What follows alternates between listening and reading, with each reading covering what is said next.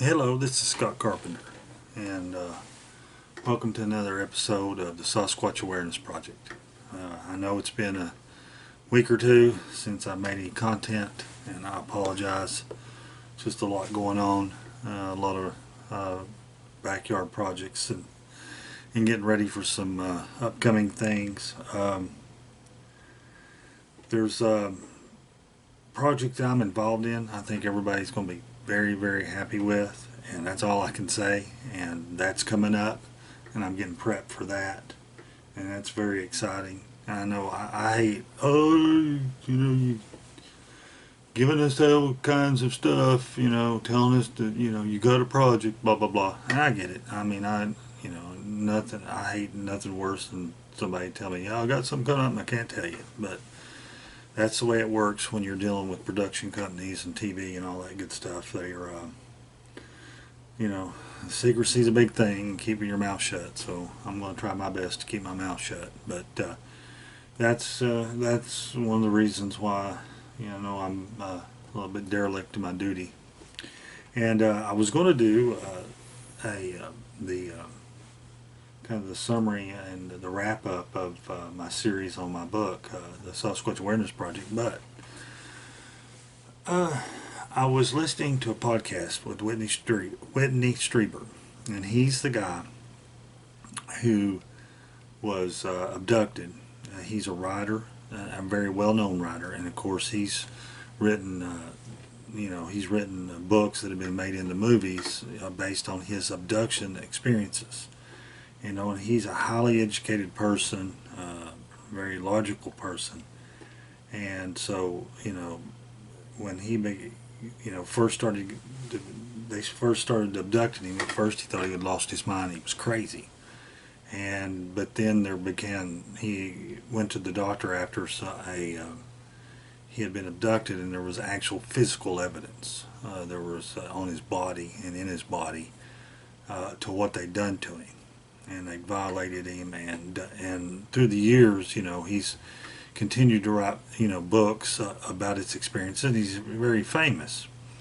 And I have to be careful. You can't, cause of copyright crap. You can't even if you throw out fair use, they'll strike you and take you down. So if I would love to tell you the podcast, I probably can get away with putting the link in. I'm sure I can.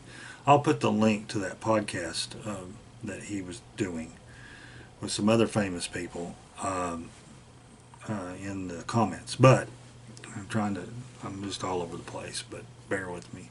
So bottom line was they were talking about his experiences, and he brought up something that was very interesting and very similar to what the Sasquatch do or cryptids do. And everything's tied together.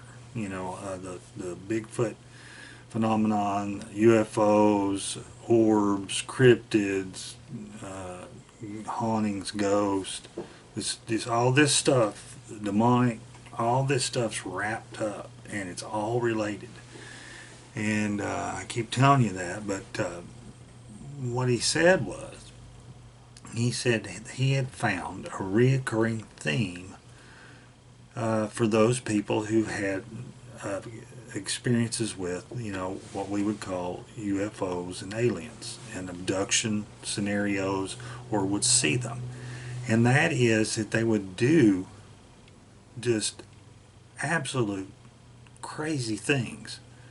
Things that don't make any sense, and things that are just, boggle the mind. Like, they were talking here recently about a famous UFO kerfuffle about, I think it was in Las Vegas or somewhere like that, where, the UFO supposedly landed and the people saw these tall, thin aliens with the big eyes, and one of them got up on, the guy had in his yard, he had like a equipment, a huge lot, and then he had heavy equipment, and these aliens, one of the alien beings jumped onto a D9 or a tractor and tried to start it, was trying to start it up like he was going to drive around in it. And he said, that's just crazy, and so basically what happens is, if you say, oh, I saw a UFO or I saw an alien, and it landed and I saw the gray, and then you say, people might kind of believe you, but when you say something like, oh, he tried to jump on the tractor and start it up and drive off, then they think, well, you're a lunatic, you're a loony.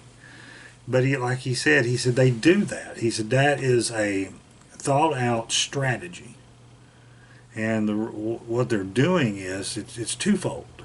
Number one, they're doing something so out of the norm that it lets you know, I'm not dreaming this. It lets the witness know this is real, and because they'll come up with something that you would, in your wildest dreams, would never imagine if you were going to make up a story, and it's doing something really odd. And so that kind of breaks it out of the norm and kind of cements the fact that, hey, it's kind of letting you know, for you, this thing is real because it's doing something so weird. And then it also helps with the disinformation. So it cements the fact for you that it was a real experience. And if you try to tell the story, if you try to tell what happened to you, not a story, but actually your account of what happened, then it just sounds, crazy. And so, why in the world would, would an alien, try to start, a tractor, or why would they, why would you see, lots of times they talk about precursors to activity is family members seeing deceased, or, someone will see a deceased family member. And then usually later that evening or later that day, then the UFO encounter happens. And so I thought about that, and I thought that was interesting because the Sasquatch does the same thing. So many times people will say, they're just doing crazy stuff. I don't stand it, And so why, you seeing the Sasquatch is fantastic enough, but the fact that, instead of just, it just walked, across in front of me, it was, it's doing something crazy. And, that's happened to me, with the Sasquatch was, sorry, my thoughts are all going tonight. But, I had a Sasquatch lick a trail camera. And I got the video. And they licked them out on the Olympic Peninsula, and you're thinking, wow, what? Why would a Sasquatch lick a trail camera? And so, that's one of those crazy things they do.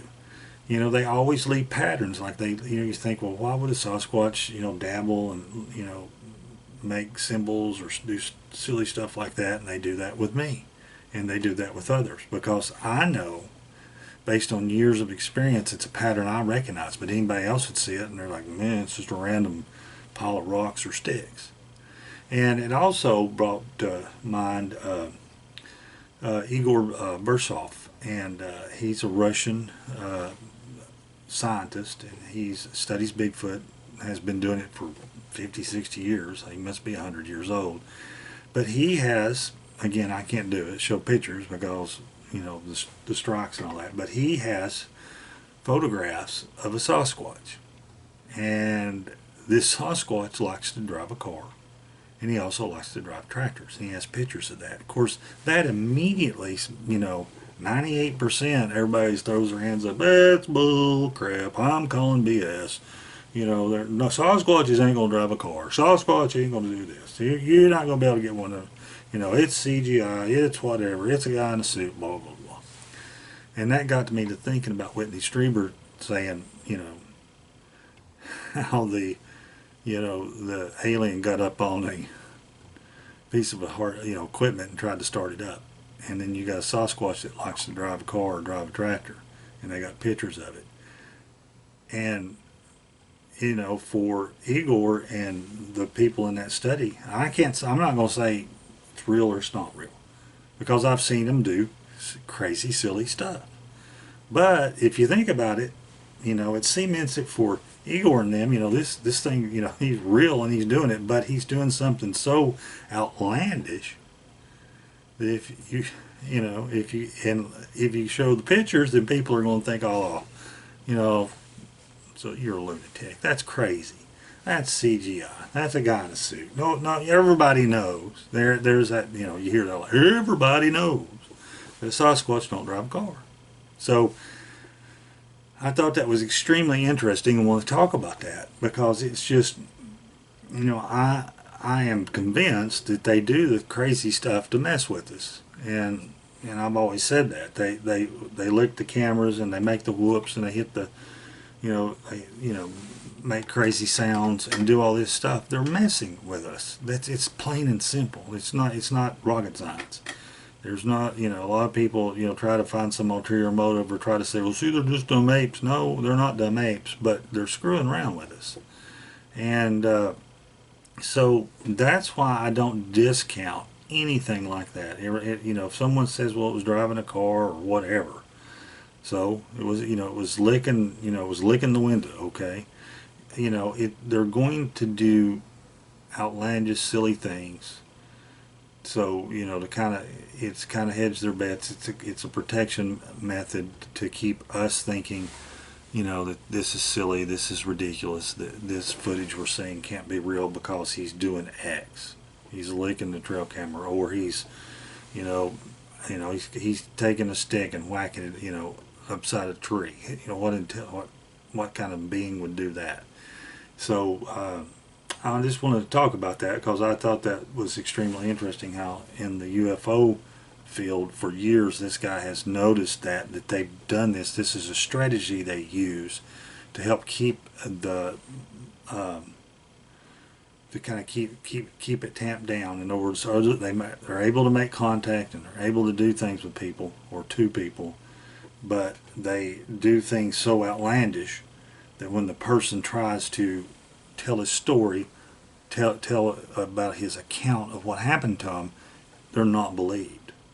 And and so it's kind of like a psyop deal where they're trying to keep the thing secret and trying to keep it out of the general public, and make it so that I call them normies, or just roll their eyes and not pay attention. And I see the same thing with the Sasquatch. They're doing the same things. They're doing outlandish, outrageous things when they're witnessed, or even when they're on camera. And so the normies, the normal person looking at this, that will Google it and try to say, is this legit? Is this real? Well, if they see a picture of a Sasquatch in a car, trying to drive a car, then they're like, nah, instantly they check out. So, I think that is just something we need to keep in mind. I know a bunch of people who write me and who have had encounters, have these odd things happen. And, and it does. It disturbs you, and it makes you wonder what in the world is going on. And that they're smarter than we think they are. And like I said, it's all interconnected. And why, let's look at here. Show you something. Like I've got the, like right here is the video that I have. This is back in 2007, and this guy was messing with the trail camera. This is where he licked it right here, and a lot of people discounted this video immediately because this Sasquatch licked the camera. And you know, that's real-time speed there. That's how fast it happened. I mean, this guy's moving at incredible speed. I mean, he raises up, you know, you got to go to, boom, it's done. It's like, what was that? And then, so here it is. I stabilized it and put it in slow motion. So he's like twisting the camera. The camera is held on the side of the tree with bungee cords.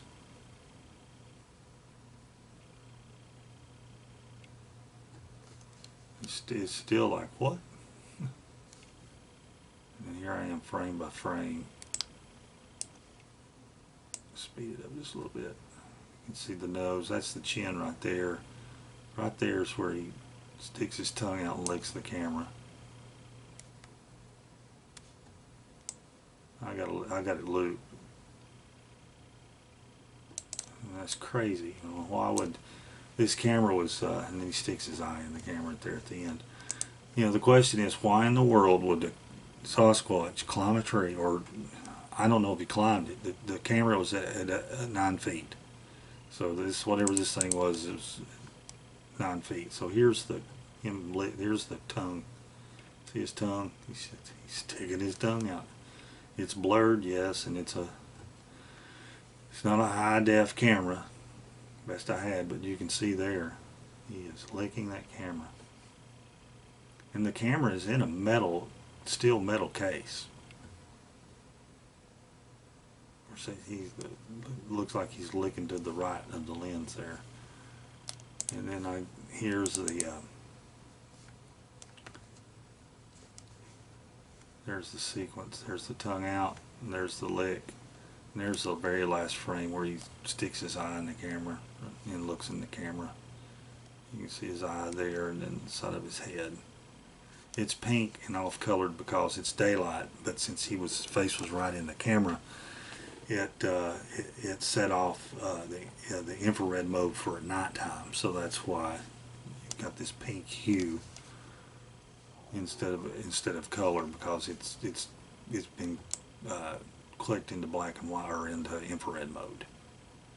So I just thought that was interesting. I thought I'd bring that up, that these crazy things that they do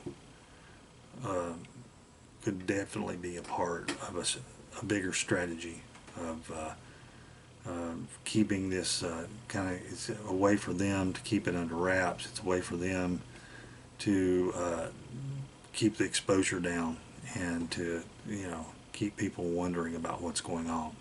I think they do that, and they do it on purpose. The other thing I wanted to show you real quick is we had a bear encounter, me and my girlfriend, this weekend, in July 1st, and I did have a camera and did have it on, and I did face it the right way, but it lasted 2 or 3 seconds.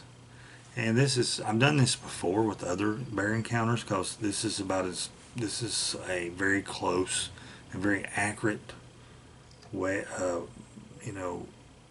way to show you what would happen and what does happen in a Sasquatch encounter for many people. And you know, everybody's like, well, why didn't you pull out your cell phone camera? Why didn't you get a good picture? What you know, blah blah blah. And literally we heard, and I didn't know what was coming. We were going up the trail minding our own business, and I had the 4K on the monopod, and we were doing more just wildlife watching and all that good stuff, but I had it going, and we were talking and enjoying our hike, and we heard, and you can't hear it on the camera, the 4K camera doesn't really pick it up very well, but you know, we could hear something crashing through the brush. And so I stopped, just kind of instinctively put the monopod down, twisted the camera around, and I suspected it was a bear, because Sasquatch just not going to run down through the woods and then jump out in the trail and go boop.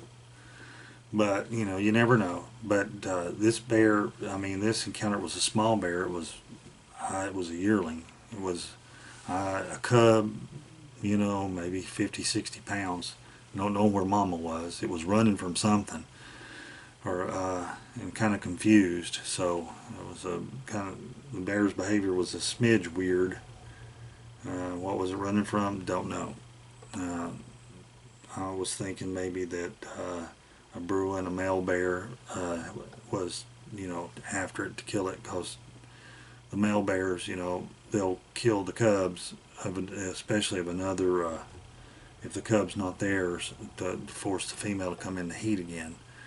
And I kind of wondered if a male bear had chased him away from his mom, and she stayed behind to do the fighting, and the cub ran off. I don't know. I mean, that's just conjecture on my part. You know, could a Sasquatch scared it off? Of course. Could other predators? Of course. I mean, there are mountain lions now, so, you know, who knows? But the whole deal is here is how quickly this happens. You know, and if this was a Sasquatch encounter, it would be done and over with, you know, in 2 or 3 seconds. Boom. And how difficult it would be, unless you had the camera running and the camera on, to get, you know, a good video. So let's watch this real quick. So here we go. I'm gonna play it. Here's something.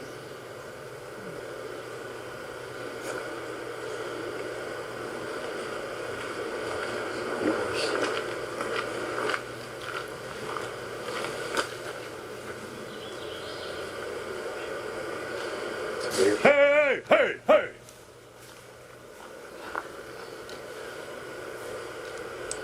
And it's over. Of course, I yelled at it because it came out. I don't even remember it spinning around like it was confused. It spun around a couple times.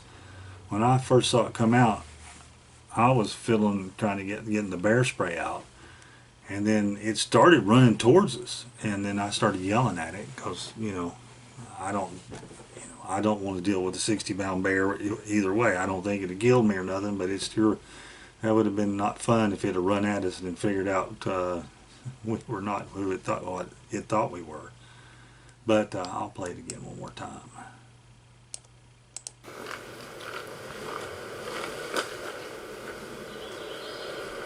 See one?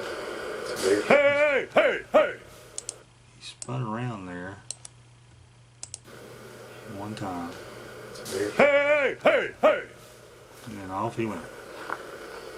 And it is very loud. This camera does not do it justice to how loud it was running through the brush, and then we heard it. It didn't go far. It probably went 70, 80 yards, and then of running, and then it slowed down or stopped. So, like I said, it's acting weird. I don't know what was happening here. See if I can stop it right.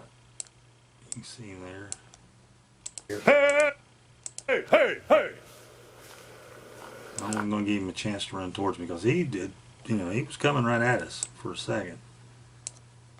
Hey, hey, hey, hey! I was just lucky. I wasn't looking through the camera. I just had the camera. I was holding the camera and had the bear spray in the other hand. So, like I said, it's not a very big bear, and just I thought it was odd and interesting. But that's how fast. I mean, if I'd have been the Sasquatch, I'd have got him. But you know, that's how fast an encounter lasts. This is 4K. This is, you know, about the best I can afford, and you know, still pretty good footage. But I often wonder if that was a Sasquatch, what would the you know, they come out and then took off like that fast. You know, I could hear it now. Well, that's CGI. Blah blah blah blah blah. You know how that goes. But like I said, interesting weekend, and just thought I'd drop this little video real quick, and then I promise I'll be back on the Sasquatch Awareness Project, and we'll do the summary and the wrap up of the book, and then on the bigger and better things, and just going to keep plugging along. For everybody that's been sending me emails, I appreciate that. I'm trying to get through them and reading them and getting back with people. And like I said, some exciting things coming in the future. And just not only what's coming up now, but I've made some contacts with several different people, and hopefully I can, on the content side, and collaborating with other people that I trust, that I know, that I think can give good information and be helpful, and put some content out that will help people. And so I'm working on all that. There's a lot, like I said, a lot going on. So I'm going to stop babbling and get this thing wrapped up. Just think about that. Think about the odd things that you've heard or seen. If you're someone who's had encounters and the Sasquatch did some weird, something odd, something strange, that's not abnormal. That's actually something they do, and they do for a reason. So that being said, guys, everybody have a good week. It's 4th of July week. Hope everybody has a fun and safe holiday. God bless America. God bless you, and we'll talk to you soon.